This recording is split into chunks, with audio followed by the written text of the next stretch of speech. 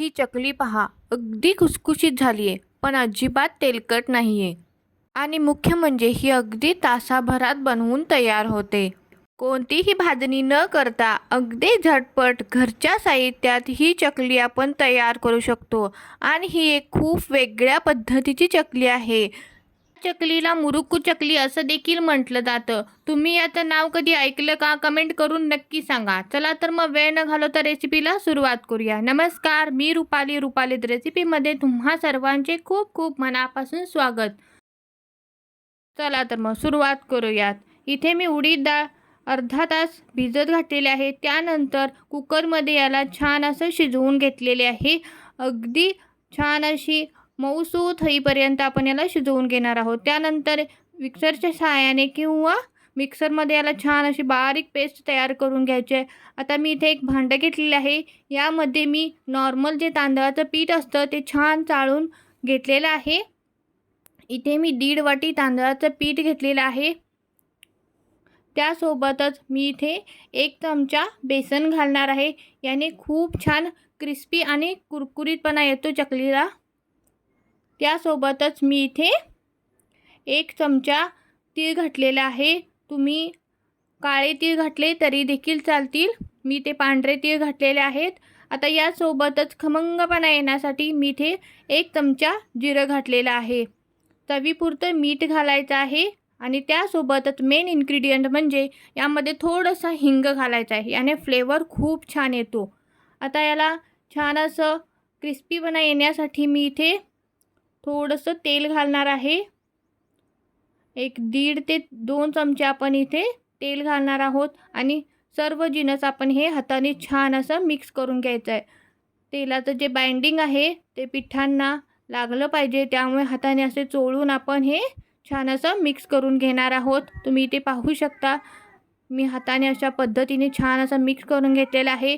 आता आपण हे बनवलेलं उडदाचं हे बॅटर आहे ते यामध्ये घालून घेणार आहोत.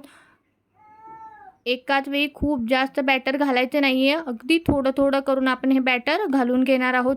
पहिल्यांदा मी थोडंसं बॅटर घातलेलं आहे, छान मिक्स केलेलं आहे. पुन्हा मी हे थोडंसं बॅटर घालून छान असा घट्टसर गोळा आपण हे करून घेणार आहोत. पाण्याची गरज वाटत असेल तर यामध्ये थोडंसं पाणी तुम्ही घालू शकता. इथे खूपच ड्राय होत आहे, त्यामुळे मी आणखीन थोडंसं पाणी घालून याचा छान असा घट्टसर गोळा तयार करून घेतलेला आहे. तुम्ही इथे पाहू शकता मी थोडंसं आणखीन पाणी घातलेलं आहे आणि छान असा गोळा तयार करून घेतलेला. वरून पुन्हा मी थोडंसं तेल घातलेलं आहे आणि अशा पद्धतीचं हे छान असं गोळा तयार करून घेतलेला आहे. आता याचे 2 असे बॅचेसमध्ये मी छान असे गोल आकाराचे गोळे केलेले आहेत. त्यानंतर आपण जे नॉर्मल आपण चकली बनवतो त्याच पद्धतीचा मी साचा घेतलेला आहे. आता याला छान असं आतून तेल लावायचं आहे, जेणेकरून जे आपलं पीठ आहे ते चिकटणार नाही. आता अशा पद्धतीने मी हे घालून घेते पीठ. हलक्या हाताने याला छान असं दाबून घ्यायचं आहे, जेणेकरून आपली जी चकली आहे ती तुटणार नाही. त्यामुळे याला प्रेस करणं खूपच गरजेचं आहे. आता वरून आपण हे साच्याचे जे झाकण आहे ते घालून घेणार आहोत आणि आपण नॉर्मल जशी चकली बनवतो अशाच पद्धतीची ही चकली बनवायची आहे. मी अशाच पद्धतीने सर्व चकल्या बनवून घेते आहे. तुम्ही ते पाहू शकता. अगदी खूपच सोपी रेसिपी आहे. एकदा नक्की करून पहा आणि व्हिडिओ आवडल्यास प्लीज चॅनलला लाईक करा, शेअर करा आणि सबस्क्राईब करायला विसरू नका. मी खूप छान अशा गोल राऊंडमध्ये अशा चकल्या बनवून घेते आहे. चला तर मग आता सर्व चकल्या तयार झालेल्या आहेत. आता आपण छान अशा तळून घेऊयात. इथे मी तेल छान असं मीडियम गॅसवरती छान गरम करून घेतलेले आहे आणि एक एक चकली आपण ही तेलामध्ये छान अशी सोडून घेणार आहोत. तुम्ही इथे पाहू शकता मीडियम गॅसवरतीच आपण ही चकली तळून घेणार आहोत. खूप हाय फ्लेमवरती आपण ही चकली अजिबात तळायची नाही आहे, जेणेकरून ती आतून कच्ची राहते आणि वरूनच क्रिस्पी बनते. त्यामुळे मीडियम गॅसवरतीच आपण ही छान अशी तळून घेणार आहोत. याचे हलकेसे असे बुडबुडीत आहे ते कमी झालेले आहेत. वरची जी हलकी बुडबुडे आहेत ते कमी झालेले आहेत. त्यानंतर याला पलटवून घेऊयात आणि 2 ते 3 मिनिटं छान अशी भाजून घ्यायची आहे. तुम्ही इथे पाहू शकता इथे एक बॅच तयार झालेली आहे. खूप छान टेस्टी लागतात ह्या चकल्या. एकदा नक्की करून पहा.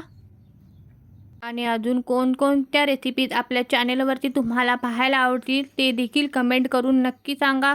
व्हिडिओ आवडल्यास प्लीज चॅनलला लाईक करा, शेअर करा आणि सबस्क्राईब करायला विसरू नका.